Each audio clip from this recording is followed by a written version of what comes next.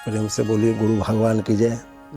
और राजा के कोई दर्शन नहीं कर पाया, अंत तक राजा बैठा फंस जाता है और 84 लाख में घूमते रह जाता है। कोई मोटरी बांधने में लग जाता है, कोई सोना में, कोई सुरा में, कोई सुंदरी में, कोई भोजन में, इसी में सब उलझा हुआ है। इससे ऊपर कोई उठ ही नहीं रहा है जो राजा के दर्शन हो, यानी उस परमात्मा का दर्शन हो। और सिपाही जो है यमदूत इस संसार में भटकते रहते हैं। जैसे 84 लाख के मेला में सिपाही घूम रहे थे और सबके टिकट चेक कर रहे थे, उसी तरह से यमदूत भटक रहे हैं। सबका समय 4 घंटा फिक्स है। उस 4 घंटा में सबके टिकट चेक कर रहे थे। जो 4 घंटा पुरता था उसको डंडा मार के बाहर करता था। अब मोटरी जो बांधे हुए वो सब वहीं को छोड़ के जाना है। मोटरी में तो कुछ शरीर का समय पुर गया, आपका श्वास जाता है। वह प्रभु का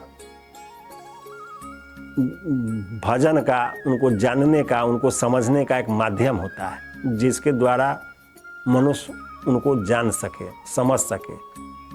नहीं तो फिर अन्यथा समय व्यतीत करते हुए खाने पीने और इसी में मनुष्य अपना जीवन व्यतीत कर देता है।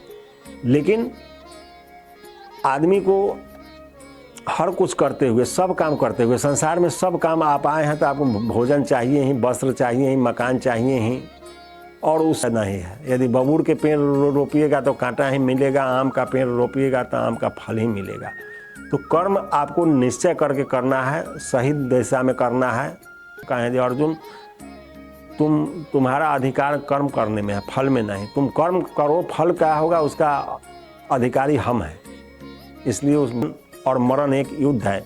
इस मोह माया से लड़ना ही युद्ध है, और इससे पार पाने के लिए तत्वदर्शी महापुरुष की आवश्यकता है। जैसे भगवान श्री कृष्ण तत्वदर्शी थे तो अर्जुन उनके शरण में गया तो परम तत्व परमात्मा का दिग्दर्शन करा के उसमें प्रवेश करवा दिए।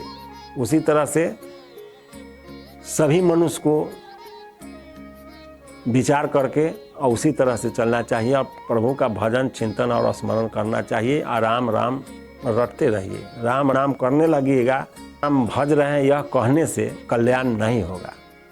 इसलिए मन वचन कर्म छाड़ी चतुराई, भजत कृपा कराई रघुराई। मन वचन कर्म से चतुराई छोड़ के यदि आप उस प्रभु को पुकारते हैं तो निश्चित रूप से आएंगे, इसमें कोई संशय नहीं है। फिर अगले भाग में जय गुरुदेव।